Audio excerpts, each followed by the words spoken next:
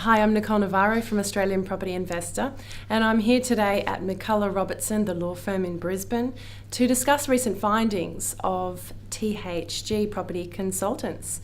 They undertook a survey of property consultants and developers across Queensland to determine what are the major issues happening in our industry at the moment. We're talking commercial industry, and we're talking the slowdown. Here we have Richard Katter from THG to tell us. Tell me a little bit about why you decided to undertake this survey. We've seen a lot of data coming out in relation to the Australian or the Queensland property industry that shows that we're sort of in a bit of a period of malaise, period of downturn.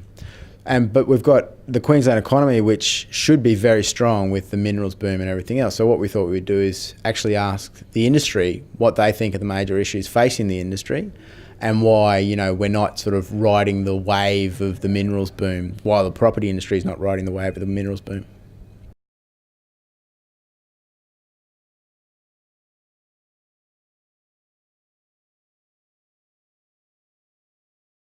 So tell me about the survey findings.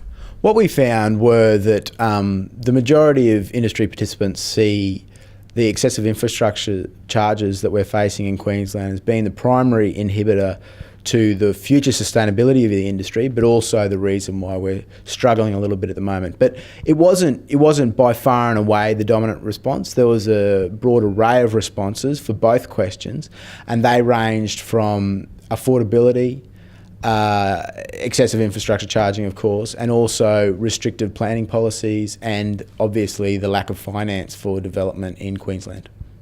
So what are the solutions? Well, I think, what the results from our survey wouldn't be surprising to people who, intimately know our industry. But what I think it does, it sort of identifies the urgency around these issues. And if Queensland's going to grow sustainably into the future and benefit from the minerals boom and things like that, we really need to have a housing industry that's buoyant and providing homes for the community. And I think there's a number of initiatives that the state government have in place at the moment that are addressing these issues, but I suppose the findings from our survey just show the urgency around that and the requirement for all levels of government to apply resources to addressing these issues urgently. So are governments coming up with a solution? I think, you only have to look at the ULDA, Growth Management Queensland and their infrastructure task force and initiatives like that. They're definitely in place to address these issues.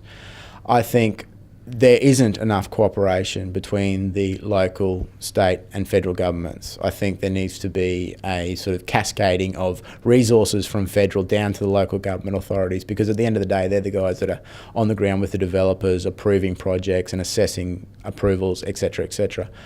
I think if we are to address these issues, cooperation between the governments is integral, but also the industry needs to cooperate with government and work with them to find solutions.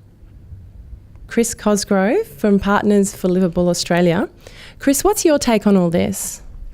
Well, I think this survey underlines some of the important issues and reinforces them, but importantly also it highlights that there is need for action and that cooperation is needed across government, industry and also I think community as well.